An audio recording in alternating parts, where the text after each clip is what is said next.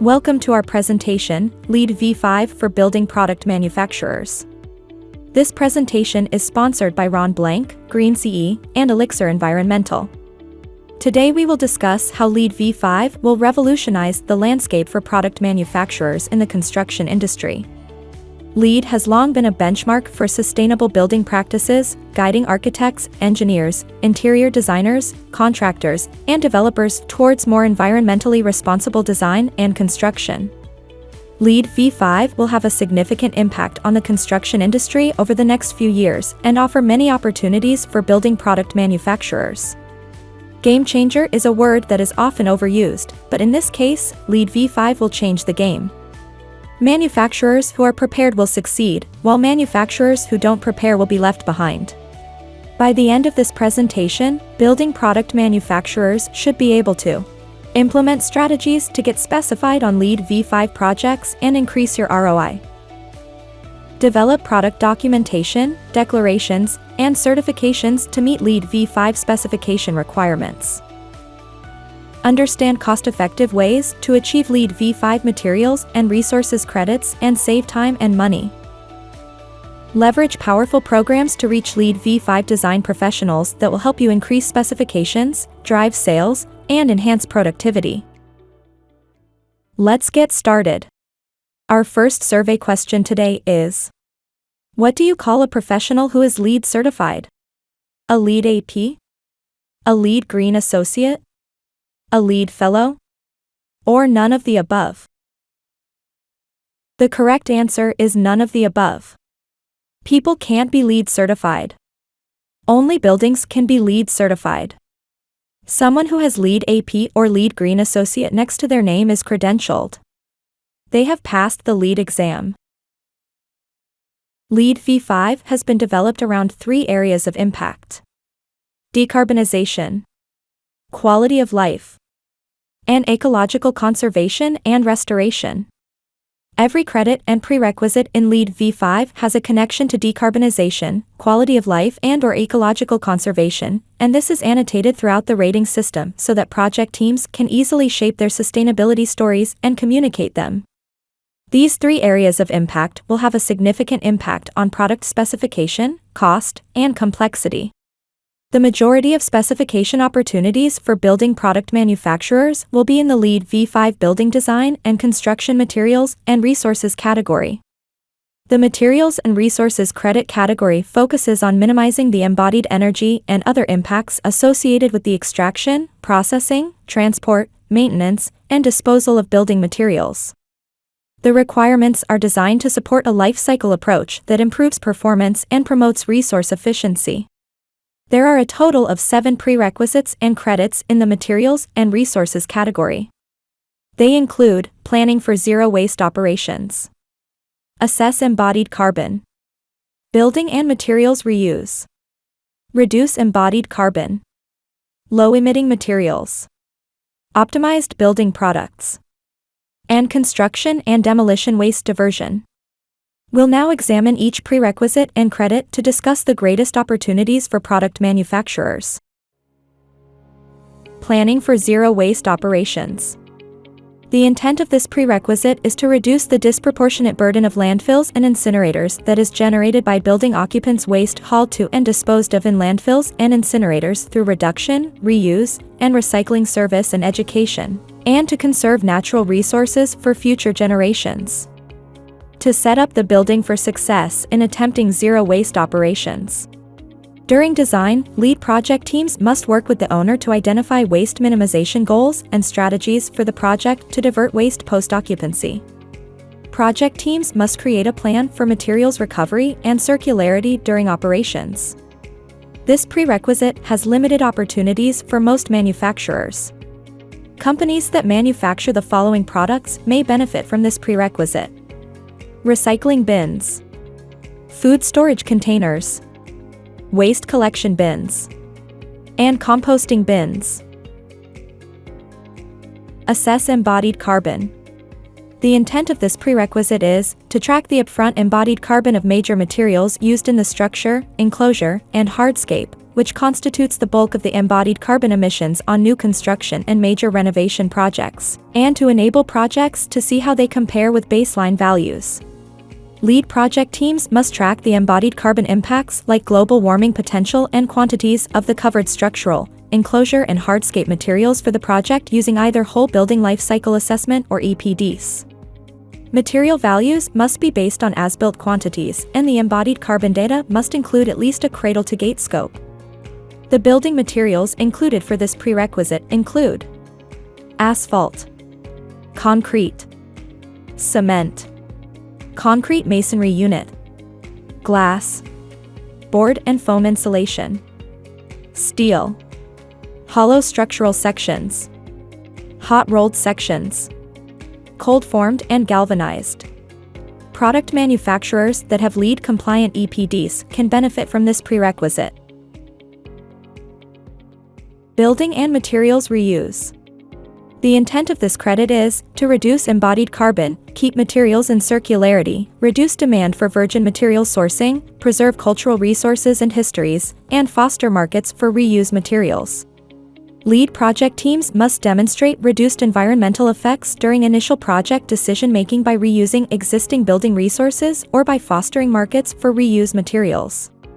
The salvaged materials recognized by this LEED credit include carpeting, ceilings, furniture, dimensional lumber, doors, casework, floor coverings, lighting fixtures, plumbing fixtures, mechanical equipment, door hardware. There is no documentation from manufacturers required for this credit. Since the success of this credit depends on choices made by the project team, it is up to them to decide what products they want to reuse. Obviously, if you manufacture a high-quality product, you have a better chance of contributing to this credit than if you manufacture a cheap and poorly made product. Reduce embodied carbon. The intent of this credit is to reduce embodied carbon of major structure, enclosure, hardscape materials, and from construction processes on new construction and renovation projects. Project teams must reduce embodied carbon of major structure, enclosure, and hardscape materials.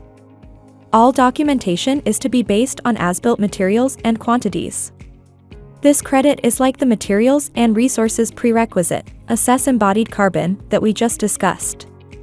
Project teams have several options to achieve this credit, including Option 1 Whole Building Life Cycle Assessment, Option 2 Procurement of Low Embodied Carbon Construction Materials, Option 3 EPD Analysis, and Option 4 Track Carbon Emissions from Construction Activities. All of the options, except Option 4, rely on manufacturer life cycle data such as EPDs. Option 2 Procurement of Low Embodied Carbon Construction Materials and Option 3 EPD Analysis recognize the same building products we reviewed earlier. These options include the following products: asphalt, concrete, cement, concrete masonry unit, glass, board and foam insulation, steel, hollow structural sections, hot rolled sections, and cold formed and galvanized. If you manufacture any of these products and have a LEED compliant EPD, you can contribute to this LEED credit. Here is survey question number 2. What area in LEED V5 has the most significant impact on LEED credits? Material health, carbon, social equity, or resilient design? The answer is carbon. Over half the credits in LEED V5 are based on decarbonization strategies. Product manufacturers who develop EPDs have a much greater chance of getting their products specified in LEED V5. We'll dig into this more later in the presentation. Low-emitting materials. The intent of this credit is to reduce concentrations of chemical contaminants that can damage air quality and the environment, and to protect the health, productivity, and comfort of installers and building occupants. Many of you are probably aware of this credit from LEED V4. It used to be in the Indoor Environmental Quality LEED category but has now been moved to the Materials and Resources category. Otherwise, it's nearly identical to the earlier credit. Building products can contribute to the low-emitting materials credit if they meet the following requirements. Inherently non-emitting materials like stone, ceramic tile, or solid wood products that have no resins or binders, adhesives, sealers, coatings, sealants, or joint components that are not also inherently non-emitting sources meet the credit requirements. Flooring, walls, ceilings, and insulation must have a qualifying third-party certification that demonstrates testing according to the California Department of Public Health Standard Method. For example, a product with Green Guard certification. Paintings and coatings must meet South Coast Air Quality Management District Rule 1113 and CARB 2007 suggested control measure for architectural coatings. Adhesives and sealants must meet South Coast Air Quality Management District Rule 1168. Furniture emissions must meet USGBC approved NC and BIFMA standards. Composite wood must meet USGBC approved formaldehyde emissions evaluation. To achieve this credit, manufacturers either manufacture an inherently non-emitting product like ceramic tile, or they have a third-party certification or testing that meets the USGBC requirements we discussed. Optimized building products. The intent of the credit is to encourage the use of products and materials for which life cycle information is available and that have environmentally, economically, and socially preferable impacts. To reward project teams for selecting products from manufacturers who have optimized their products across multiple impact areas. This new credit will be highly discussed in the construction industry because it represents a significant shift in how building products are reviewed and specified for LEED projects. There is a lot to unpack for this credit, including financial considerations, return on investment, complexity, and specification opportunities. It is important that manufacturers understand this credit as it offers more points than any other materials and resources credit. Before we jump into the credit requirements, we'll review the credit history and how it affects manufacturers. Over the years, building product manufacturers have complained about the changing landscape in the construction industry. It seems there are new building codes, standards, and sustainability requirements released every year. The American Institute of Architects developed a plan several years ago to address this problem. To avoid creating mass confusion in the marketplace, by asking manufacturers for a document this year and a completely different thing next year, the American Institute of Architects created the Materials Pledge.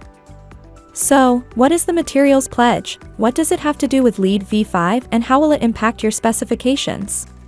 The optimized building products credit attributes are modeled on the Materials Pledge. Here are condensed descriptions of each impact area so that manufacturers understand their contributions to LEED. Human health. The design community has a responsibility to protect the health, safety, and welfare of the occupants we design. The Human Health Pledge statement commits designers to include the evaluation of emissions and harmful substances in products as part of the standard of care. It also commits design professionals to consider the material ingredients in manufacturing and the impact on workers and surrounding communities. Social health and equity. As primary advisors and decision-makers on material and product selection, the architecture and design community has a responsibility to support supply chain human rights for all materials used in building projects. Firms can prioritize education around supply chain issues, training on determining whether products and manufacturers support the intent of the Social Health and Equity Pledge statement, and creating specifications and product libraries for projects and contracts. Ecosystem health. The extraction, production, and assembly of building materials often create negative environmental impacts, including air and water pollution, soil degradation, and habitat destruction. The Ecosystem Health Pledge statement aims to close gaps in knowledge about how the building products we use increasingly threaten the building blocks of life. It's important to prioritize building materials that respect and restore the health of the environment in their creation through the thoughtful use of soil, air, water, and other natural resources. Climate health. While the building industry needs to drastically reduce operating emissions, there must also be a coordinated effort to reduce embodied carbon from materials. The Climate Health Pledge statement commits those who design buildings and select materials to accelerate the drive to zero by building less, reusing and retrofitting more, and choosing materials and products that will store carbon in our buildings in the long term. Circular economy. The Circular Economy Pledge Statement aims to transform attitudes toward building design by encouraging teams to prioritize reusing existing building stock over new construction. Renovation and new construction methodologies and specifications must evolve to be based on product modules, designed for disassembly and reuse. One of the biggest changes in LEED v5 is the elimination of 3 credits from LEED v4. Their core concepts have been integrated into Materials and Resources Credit, Optimized Building Products. LEED v5 has retired the following credits: Material Ingredients, Environmental Product Declarations, and Sourcing of Raw Materials. Many manufacturers created transparency documentation for these credits such as EPDs, HPDs, Declare Labels, Recycled Content Data, and FSC certification. The good news is that these tools have been rolled into this new credit. Here is our third question for today. Carbon plays an important role in LEED v5, but so does material transparency. What is the most requested and the most popular material transparency document requested in the AEC industry? Health Product Declaration? Declare Label? Product Lens? Global Green Tag? The correct answer is the Health Product Declaration. The HPD is the most requested and used material health document used in the construction industry. There are thousands of published HPDs, and they are used by the top AEC firms to specify building products. To achieve the Optimized Building Products credit, project teams must select non-structural building products that achieve multiple optimization criteria across the 5 impact areas we discussed: climate health, human health, ecosystem health, social health and equity, and circular economy. If we look at the table here, we can see column A, which lists eligible product documentation. Columns B through column F contain the optimized product impact areas. The top set of eligible product documentation are multi-attribute certifications like Cradle to Cradle. The lower eligible product documentation section contains single attributes like EPDs and HPDs. How can building product manufacturers contribute points for this LEED credit and leverage the resources they have developed? Let's find out. If we look at the product documentation scorecard, many manufacturers will zero in on product documentation with the most points in the most impact categories. Cradle to Cradle Gold and Platinum contributes a total of 5 points, 1 point in each impact category, making it the winner over every other product document on this list. Cradle to Cradle certification is a great program, and we encourage manufacturers to review this program in greater detail. However, there are significant challenges for manufacturers attempting to sweep the sustainability game board by pursuing premium certifications. First, meeting these stringent standards can be extremely challenging for manufacturers. Not every manufacturer makes a building product that is made from renewable materials, that is carbon negative, uses harvested rainwater during manufacturing, contains no hazardous ingredients, and supports social equity programs. Manufacturers may find the premium level programs expensive. So how can the average product manufacturer with a modest budget leverage the product impact area scorecard to contribute the most points? Remember, the key here for manufacturers is to score as many points in as many impact categories as possible. This will set you apart from your competitors and provide more incentives for LEED project teams to specify your product. At a bare minimum, product manufacturers should be able to achieve points in 3 out of the 5 impact areas. If we look at the documentation with single attributes, manufacturers need to invest in documentation to achieve the most points, but also documentation that may be used for other LEED credits and green building rating systems. A good strategy would be to invest in a product-specific Type 3 EPD, a third-party verified HPD, and recycled content documentation. If your product can meet the optimized thresholds for EPDs and HPDs, that's even more points for your product. There are a significant number of credits in LEED v5 related to carbon, and if you don't have a LEED-compliant EPD, you will be at a major disadvantage. In addition, material transparency is a major focus, so manufacturers need an HPD or declare label for product specification. At the time of this draft, there is no single attribute documentation for ecosystem health or social health and equity impact areas. Hopefully, this will be updated in the future so that manufacturers can contribute in these critical areas. Manufacturers of wood products can contribute points via FSC or SFI certification. FSC has been the primary wood certification program for the LEED ratings system since its launch. FSC certified wood products can contribute 2.5 points. SFI certified wood products can contribute 1.5 points. Two other programs for innovative manufacturers to consider are EPRs and the True Zero Waste program.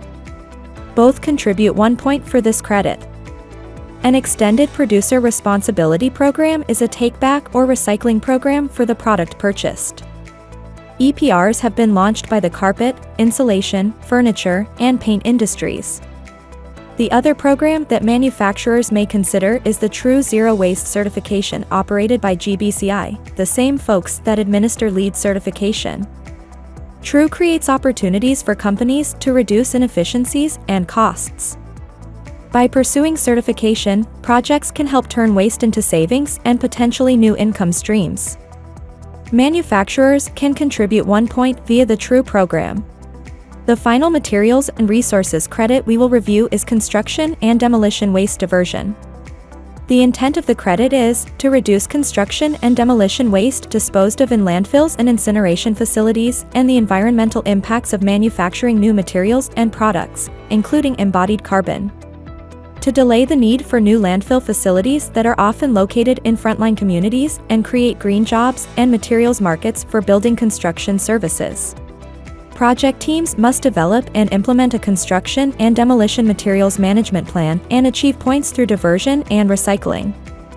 Building products that can be reused, salvaged, or are part of a manufacturer take-back program can contribute to this credit.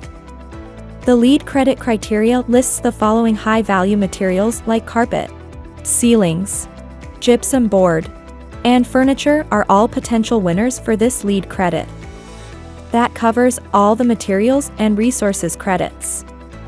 We'll now review other LEED credit categories where manufacturers may find openings for getting their products specified. Here are credits in the location and transportation category. Active travel facilities. Manufacturers who make bicycle storage products and shower and plumbing fixtures for changing facilities can contribute to this credit.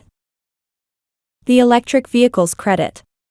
Manufacturers producing electric vehicle charging stations and vehicle supply equipment can support this credit. Here is a credit in the water efficiency LEED category. Enhanced water efficiency. Manufacturers of LEED-compliant plumbing fixtures such as faucets, toilets, shower heads, commercial kitchen equipment, lab equipment, cooling towers, and evaporative condensers may contribute to this credit. Here are credits to consider in the sustainable sites category. Enhanced resilient site design. Companies that manufacture outdoor shading products, fountains, water features, open grid pavement systems, rainwater storage, potable water systems, backup power systems, and snow removal products may contribute to this credit. The heat island reduction credit. Manufacturers that make high-reflectance roof systems, vegetated roof systems, shading structures, solar panels, wind turbines, open grid pavement systems, and parking undercovers may benefit from this credit. Here are additional credits to consider in the sustainable sites category. Accessible open space. Producers of overhead vegetated canopies, pedestrian-friendly and recreation-oriented paving, as well as garden and pond construction components, have the potential to aid in achieving this credit.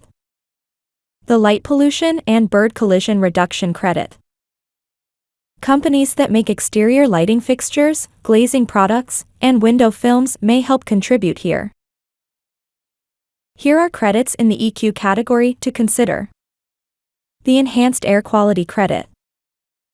Companies producing LEED-compliant ventilation and filtration systems, entryway systems such as grates, grills, and slotted systems, and air monitoring devices can play a role in achieving this credit. The Occupant Experience Credit. Manufacturers of furniture, acoustical treatment products, windows, and glare control products may contribute to this credit. Here are additional credits in the EQ category to consider. The Enhanced Building Accessibility Credit. Companies producing ADA-compliant restroom products, non-slip flooring, and wayfinding signage have the opportunity to contribute to this credit. The Resilient Spaces Credit. Manufacturers of operable windows, safe egress doors and stairs may contribute to this credit. The Energy and Atmosphere LEED category is complex and beyond the scope of this presentation today. Needless to say, if you manufacture LEED-compliant HVAC systems, renewable energy products, Energy Star appliances, and anything to do with energy infrastructure, you should review this in greater detail. The category is guided by ASHRAE standards, and the primary goal is reducing carbon in the built environment. Now we will review product specification strategies, mistakes to avoid, and how LEED v5 will affect your company. Here are important issues for manufacturers to consider. LEED product certification. Direct versus indirect credit contributions. LEED documentation. How to get specified. And the future of LEED. Our next survey question is, what organization helps you get your product LEED certified? The USGBC? The GBCI? The EPA? Or none of the above? The answer is none of the above. Products can't be LEED certified. People can't be LEED certified. Only buildings can be LEED certified.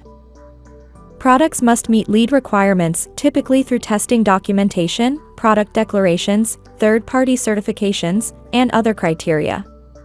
However, the USGBC does not endorse or certify building products. A challenge for manufacturers is understanding indirect contributions versus direct contributions. Direct contributions can help achieve LEED points, while indirect contributions may help sway a design professional to use your product, but may not apply directly to a LEED credit.